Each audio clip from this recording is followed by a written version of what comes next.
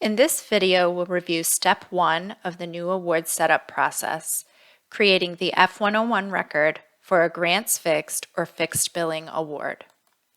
Once you have reviewed an award, all necessary signatures are obtained, you have a budget and, if applicable, cost share budget that matches the award, and all compliance approval letters, you'll create your F101 record from your V101 record.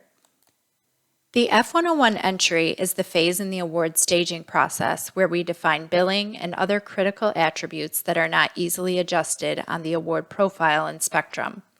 The most important thing to remember is that even though much of this information is copied from the V101 record, any of these fields could be different at award from what was entered at proposal stage. All fields must be verified and updated as necessary. First, verify whether an advance account has been requested for an award.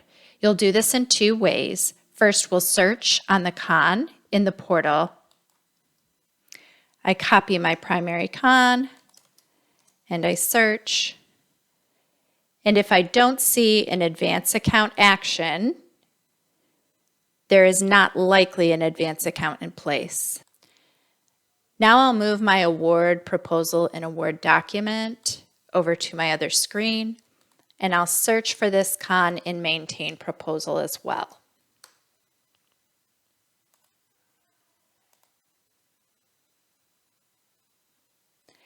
There is an F101 record here in draft mode, but it is not in submitted status. So because it's showing as draft, the F101 has been created, but it doesn't look like anything further has happened. In order for an advance account to be created, this F101 record would need to be in submitted mode. If there were an advance account in place for this project, you would need to move the F101 record back to not submitted status or draft status by navigating to submit proposal and then changing the status to not submitted. In this case, we'll be able to enter our F101 record here and start staging the award for setup. Because there is an F101 record here, I won't be copying the V101, but I do want to show you these steps that you would normally follow. So you would open the V101 record or simply navigate to Copy Proposal, Grants, Proposals, and Copy Proposal. And you would enter F101 here and copy. I won't be able to do that. I'll receive an error message that an F101 record already exists, but that would be the step you would take before you start to stage your award. So now I enter the F101 record, and I'm going to verify everything on the Proposal tab. If there is a title listed in your sponsor award document, make sure the title is matching that sponsor award. In this case, we don't have a title listed, so we'll keep the title from the proposal. I'm verifying my PI. I'm verifying my sponsor ID. This is really critical, so please take time to verify these pieces. They are not easily changed without systems team intervention if the award is generated with incorrect information. A couple of additional points on the sponsor ID. This is who our direct sponsor is. There are times when a proposal will go out under a different name than is listed on the award when it's received, or sometimes the sponsor is listed on the V101 record incorrectly. For example, the University of Washington may inadvertently have been selected instead of the Washington University, more commonly known as WashU in St. Louis. Another example is NIH funding. Most proposals are submitted with NIH as the sponsor because we don't know the specific institute or center that will fund the project if awarded. Each NIH award will need the sponsor on the F101 record adjusted to the specific institute or center. For example, the National Institute on Aging or NIA instead of NIH. We're going to verify the purpose. The purpose is the project type on the proposal in the portal. Basic is selected here, which is for research, but you may also select fellowship if this is a fellowship award, or if this is public service or instruction, or one of the other items on this list. So that can be adjusted on the F101 record. The proposal type is the proposal classification on the proposal in the portal. You'll want to confirm this is correct, and also on occasion, this may be listed as an amendment, but we in fact received a new contract, so make sure to adjust this as necessary. The CFDA field is now called Assistance Listing Number, or ALN, on federal awards or federal flow-through awards. So you'll enter that information here if it's listed on your award, or search for that if it is not. And then if this is federal flow-through, you would also add under the additional information link, you would select flow-through, and then you would enter the prime sponsor. In this case, it is not, so we're going to just save this information here. This is a nonprofit sponsor, so I don't need to do anything with CFDA or adding federal flow-through information. On the bottom of this tab, we're going to see the budget periods listed. This is only one budget period, and it's from 5/1/24 to 5/31/25. That matches the information in my sponsor award. So everything on my proposal tab is good. Now I'm going to move to my projects tab. If you made any changes to the title on the proposal tab, you have to be sure to make those changes here as well, so that your SP, when it's generated, will have a matching title with the award ID. Review your department and your subdivision and make sure that those match what is listed on the proposal and on the award. If there's any discrepancy, please make sure that's changed before you generate your award. Verify the institution is correct as well. GSU Research Foundation is our default in Spectrum, but your other option is to select GSU. So this is driven entirely by who the award is made out to, and in this case, it is GSURF, not GSU, so we can leave it as is. Also verify your OSPA contact, which is our pre-award contact. This is part of Tim's portfolio, so that's correct. No changes are needed there, but certainly update that if needed. The last thing I want to note on this tab is if there is an F&A distribution split on the proposal, which in this case there is not, but if there were, you would make sure that all three departments are listed here and their percentage share is listed. And just note that when the award is generated, it will generate a subdivision that matches the primary department from the top of this panel. That's going to have to be something that's adjusted with the systems team, but it's preferred to have the 3 or 4 or 5 departments, however many there are, listed on the F101 record before you generate your award. On the Budgets tab, we're going to verify that the budget dates are correct and that the budget entered matches. This particular budget doesn't have anything entered, so I'm going to actually go in and enter the budget here. Before I start to enter my budget, I want to select the F&A and pricing setup link here. This is where I'll select my pricing method and product, which is the way we bill this award. This is the panel where we define billing for an award.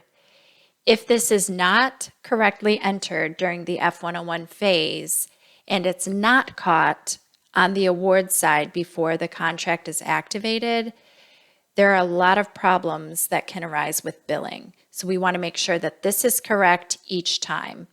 We know this is a grants fixed and fixed billing product, so we changed this on the F101 before we got to this point. The default is actually grants reimbursable. So anytime you have a grants fixed or fixed billing award, this has to be changed, this panel here. I also want to verify my F&A rate type. The proposal stated that this is off-campus research, so that rate type is correct. And the proposal stated that our base is a total direct cost or TDC base, and that is correct. An F&A waiver was obtained by the department to allow for just 10% indirect cost instead of our full off-campus rate of 26%. So I make sure that that rate is 10% here, and I select OK and save. Now I can enter my budget categories. I have 4 direct cost budget categories here, and because our indirect cost base and rate are defined in the F&A and pricing panel, I don't need to enter indirect cost here. The system will calculate that. So my first budget item is staff.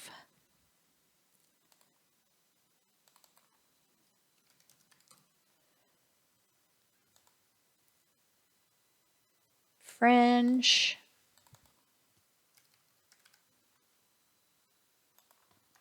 Travel. You can either select them from the list or type them in directly.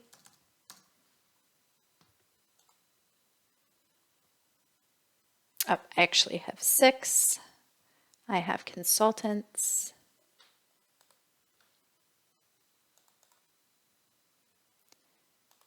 If you double click in the amount column, it allows you to directly type your amount.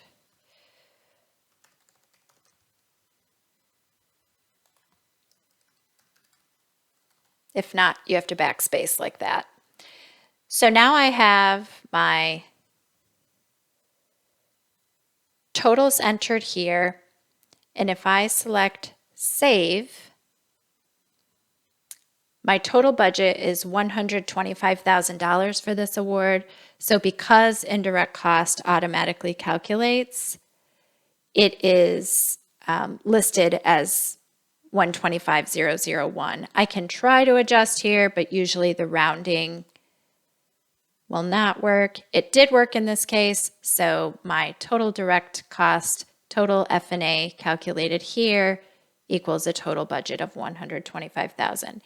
If it doesn't match up due to rounding, you can always correct the $1 difference on the award side. Now we'll return to Maintain Proposal, and on the Resources tab, we're going to make sure we have all of our investigators that were listed on the proposal here, not necessarily people that are listed in our budget, but those that are listed as the PI, and any co-Is or additional key people would be listed here. In this case, there's only the PI. He's listed here with his role as PI. If there were additional investigators, we would want to make sure they're added here or listed, and then we would also want their reporting role to be filled in, which is supposed to match the other role. You'll also want to check Include in Award Header. That's the case for anyone except the PI. What that will do is fill in the reporting role screen on the award side and generate your project team in for effort reporting. So we will always want to make sure that's there if there are additional investigators. In this case, there aren't, so we don't have to do anything here. You would also, now tabbing over to your certifications tab, you would list IRB, IACUC, biosafety, or any other certifications, compliance certifications here. This particular project doesn't have any, so we don't enter anything here, but if it did, you would add them here and their approval dates, etc. Nothing is entered on the reports or attachments tabs in the maintain proposal phase. So this concludes the F101 entry. I'm going to save one more time. And then from there, I'm ready to submit the proposal and generate the award. So I will navigate to Submit Proposal. And I'm simply changing the submit status to submitted. And I'm going to select Save. Just to clarify, you will never do this from the Proposal tab within Maintain Proposal. You're always going to navigate to Submit Proposal Action and do that here. The next step is to navigate to Generate Award. And I'm going to paste my con, search for it.